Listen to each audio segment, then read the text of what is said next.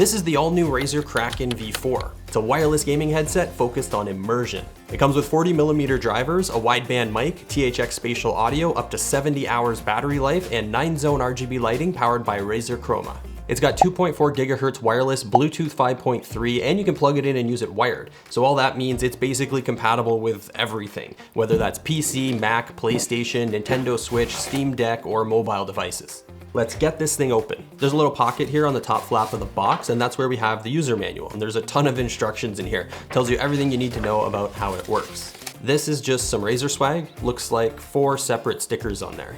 Next up, we have the USB dongle for the 2.4 GHz wireless connection. It's quite a bit smaller than what I'm used to because it's USB-C instead of the typical USB-A. Now if I pop this out real quick, there's a couple more things down here. This first cable is actually an adapter. It's got USB-A on one end and a female USB-C port on the other. You can plug the wireless receiver in here if you don't have any USB-C ports on your device. And it's pretty long, so you can route it somewhere in your setup to keep it as close as possible to the headset for a strong signal. This other one here is your charging cable or your audio cable if you want to use the headset in wired mode. This one's a standard USB-A to USB-C setup. And I don't usually talk much about cables, but these deserve a shout out because they're the best quality cables I've ever seen that come with a gaming headset. Let's talk about the build quality first. This thing is an all plastic design. You're not gonna find any metal anywhere on here from what I can tell. Now, why is that?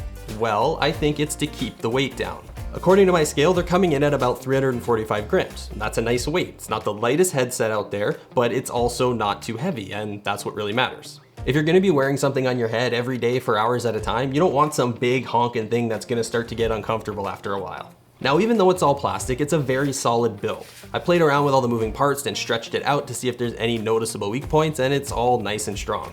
It doesn't feel like it's gonna break if I drop it or slam it down on my desk. Even these little coiled wires feel really strong. There's no play at either end there on the connections. Now that lighter weight helps with the overall comfort, which, by the way, is actually really good on the Kraken V4. The only small issue that I found is the clamping force seems like a smidge too strong in my opinion, but it kind of makes up for it with loads of adjustment. Earcups can swivel around all the way into a lay flat position. You guys know I love that. They can tilt back and forth. That extra little bit of adjustment doesn't seem like much, but it does make a difference. And for size adjustment, there's loads of movement, 8 hard stops on there in total, and it's all nicely marked to make it easy to line up on both sides. And the most important thing when it comes to comfort on a headset, the ear cushions. These are memory foam covered with a soft cloth fabric. Very soft, very plush feeling. Doesn't get overly hot and sweaty after a long gaming session.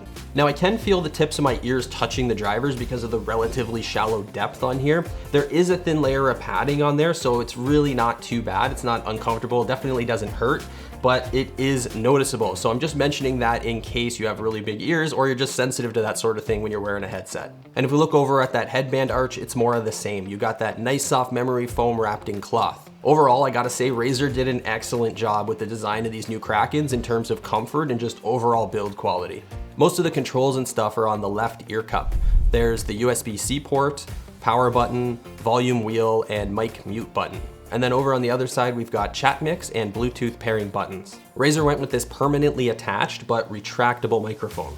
It tucks away into the left ear cup easily and it sits flush so it's not sticking out at all. And it's very flexible. I can bend it all over the place and then it stays where I put it, and that makes it really easy to set up and get it into the right position. And it's got a little mute indicator LED right there, so you always know when your mic's hot.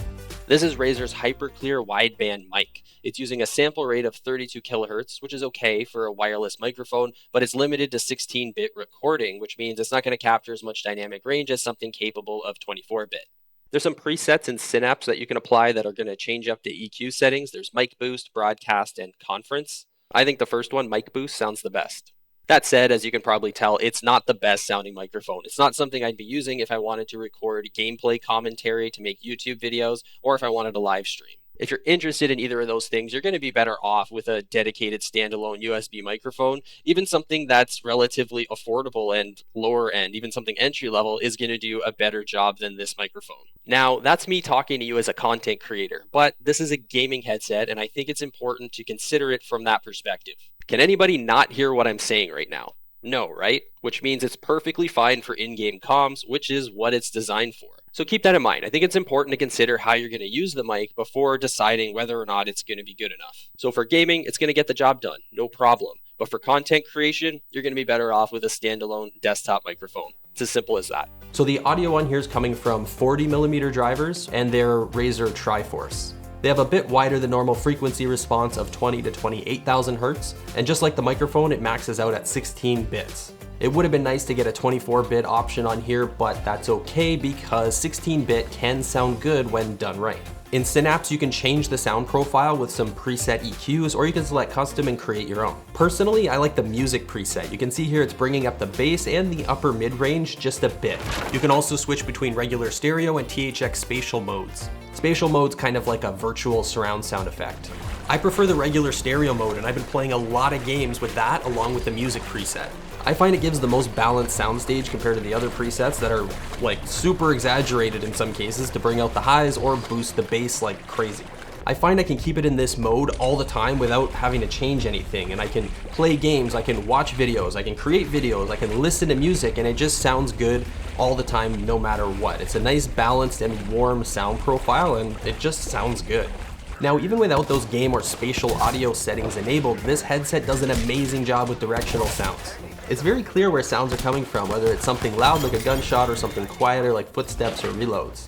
I could also hear what side a car was approaching in Forza Horizon 5, and that's pretty cool because like you can react ahead of time and try to block them from passing as they come up from behind.